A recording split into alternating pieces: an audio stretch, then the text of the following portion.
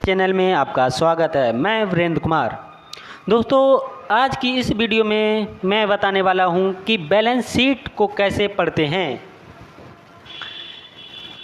यदि किसी कंपनी में पैसा लगाने जा रहे हैं तो उस कंपनी की बैलेंस शीट के बारे में नॉलेज होना आवश्यक है, जिससे कंपनी की प्रॉफिट एंड लॉस के बारे में पता लग जाता है और उस कंपनी में प्रमोटर का हिस्सा कितना है, कंपनी की कुल संपत्ति कितनी है, नेट प्रॉफिट क्या है, नेट सेल कितना है, कर्जा कितना है। इन चीज़ों के बारे में आज हम डीप में पढ़ेंगे। तो आइए चलते हैं अपने टॉपिक पर। हमारा आज का टॉपिक जो है what is balance sheet. Balance sheet क्या है?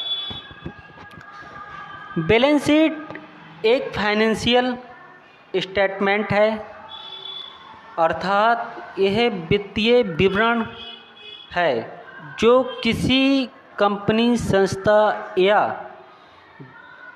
बिजनेस की संपत्ति, शेयर होल्डर इक्विटी को एक निश्चित समय के दौरान प्रदर्शित करता है। दोस्तों, कंपनी का यह वित्तीय पीरियड वर्ष के अंत में भी जारी हो सकता है तथा इस बैलेंस शीट के जरिए किसी भी कंपनी की growth, net cell, net profit, कंपनियों का कुल मुनाफा, रेवेन्यू, टोटल रेवेन्यू आदि चीज़ों को आसानी से जांच सकते हैं, पता लगा सकते हैं कि कौन सी कंपनी प्रॉफिट में है, कौन सी लॉस में है। बैलेंस शीट के ज़रिए आसानी से जांच सकते हैं। तो आइए चलते हैं बैलेंस शीट कैसे पढ़ेंगे, जो मेन टॉपिक हैं वो कैसे देखेंगे। सबसे पहले आपको क्रोम ओपन कर लेना है, फिर यहाँ पर रिलायंस या अदरवाइज़ किसी कंपनी का नाम डालकर शेयर प्राइस लिखना है। जैसे रिलायंस शेयर प्राइस मैंने डाला, यहाँ पर सर्च आ गया। देखिए यहाँ पे जाएंगे, दिस स्टॉक मोड जो है, यहाँ पे जाएंगे, दिस स्टॉक साइट पर जाएंगे, यहाँ पे क्लिकिंग करेंगे तो आपको ये एक पेज खुल कर आएगा। यहाँ पर थोड़ा जूम कर लेते हैं।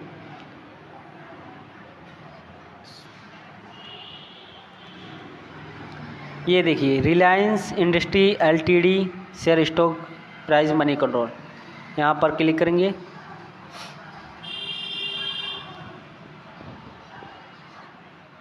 ये फाइनेंशियल पर क्लिक करेंगे।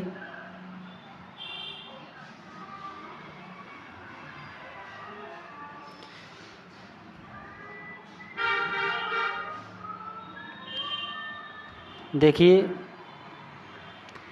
पेज ओपन हो चुका है।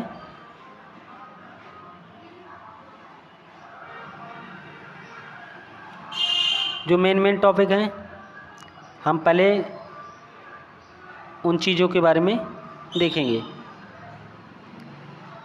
देखिए बैलेंस शीट है, बैलेंस शीट पर क्लिक करेंगे।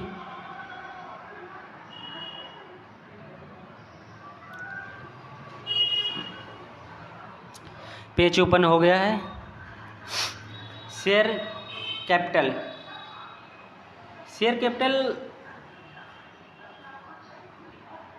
बढ़ते क्रम में नहीं होना चाहिए। शेयर कैपिटल जो हो घटते ही क्रम में होना चाहिए। ये देखिए जो बैलेंस शीट है,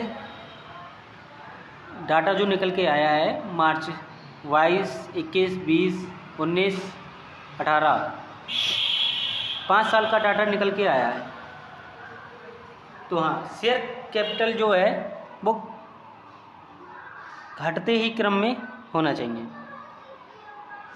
रिजर्व एंड सरप्लस ये बढ़ते ही क्रम में होना चाहिए। क्या है रिजर्व एंड सरप्लस? क्या होता है, जैसे कंपनी अपनी सेविंग करती है।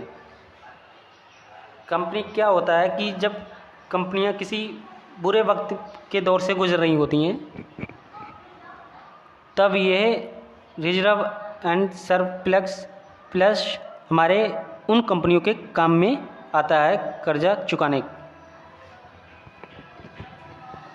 ठीक है।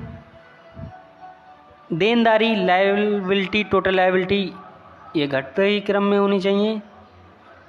देनदारी कितनी है? देनदारी और टोटल एस्टेट यानी कुल संपत्ति ये बढ़ते ही क्रम में होनी चाहिए।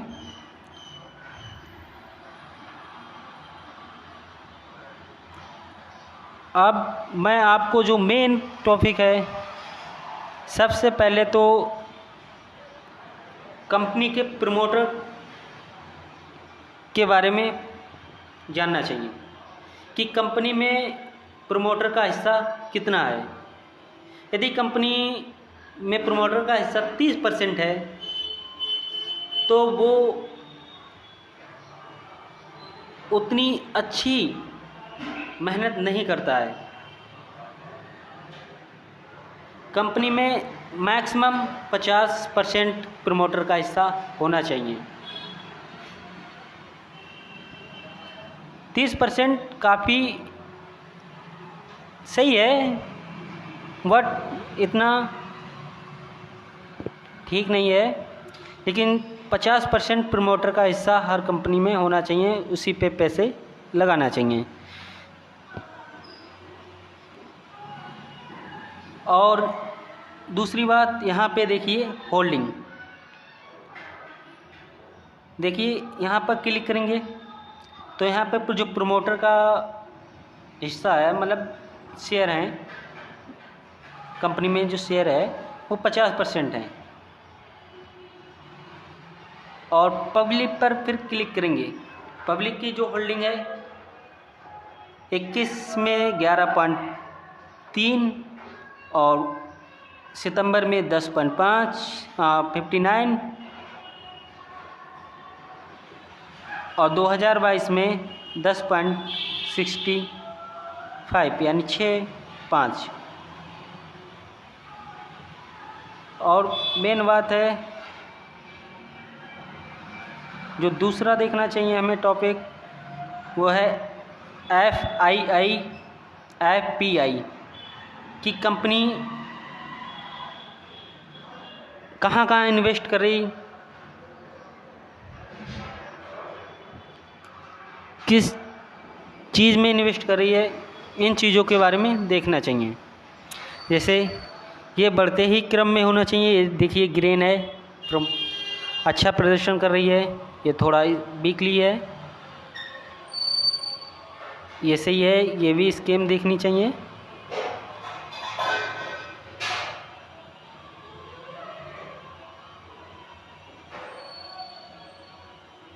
और मैं अब जो कंपनी का प्रॉफिट एंड लॉस है वो दिखाता हूँ।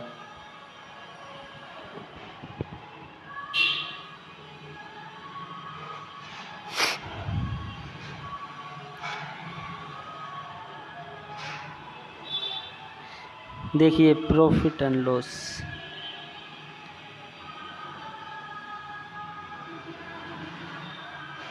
ये देखिए प्रॉफिट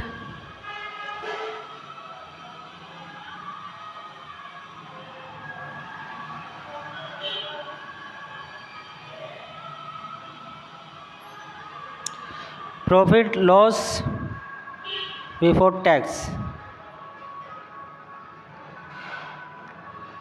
46,786।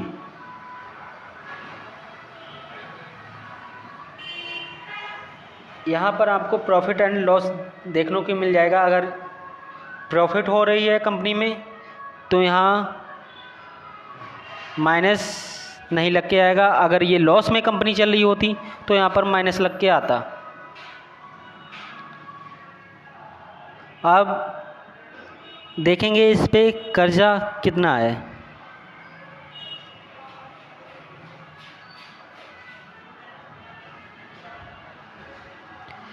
कर्जा देखने के लिए हमें बैलेंस शीट में चलना पड़ेगा।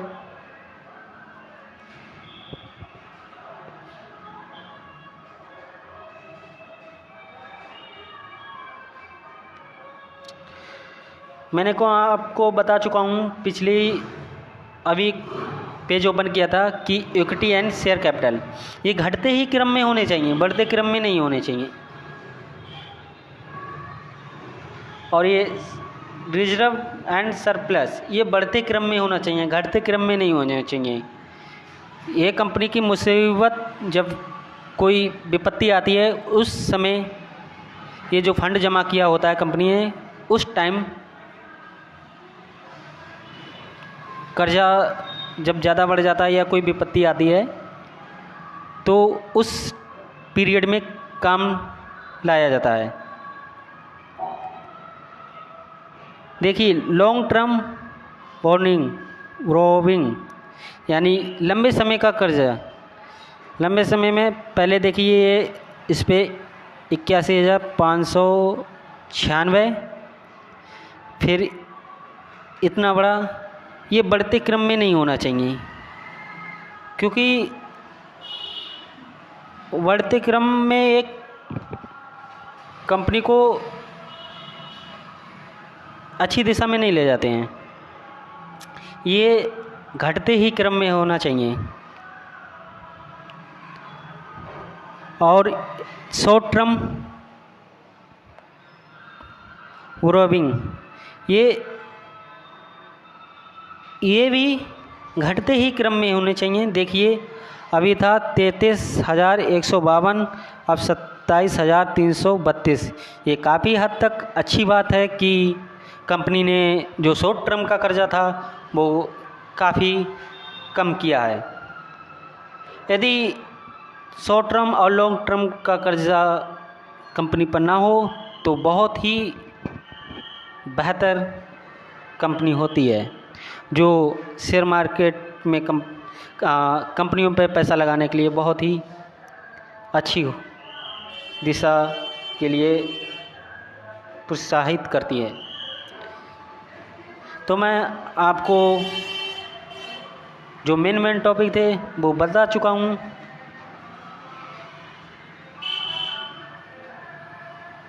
तो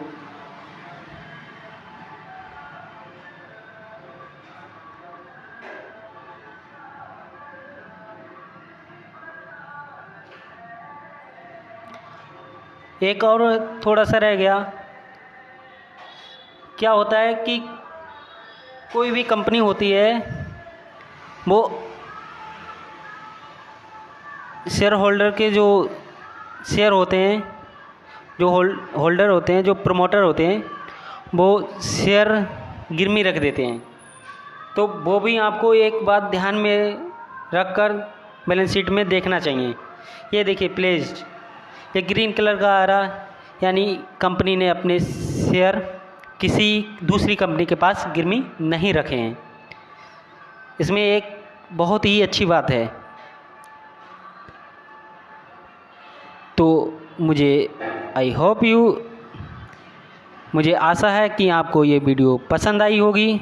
वीडियो पसंद आई हो तो चैनल को सब्सक्राइब कीजिए और बेल आइकन को दबाइए। धन्यवाद।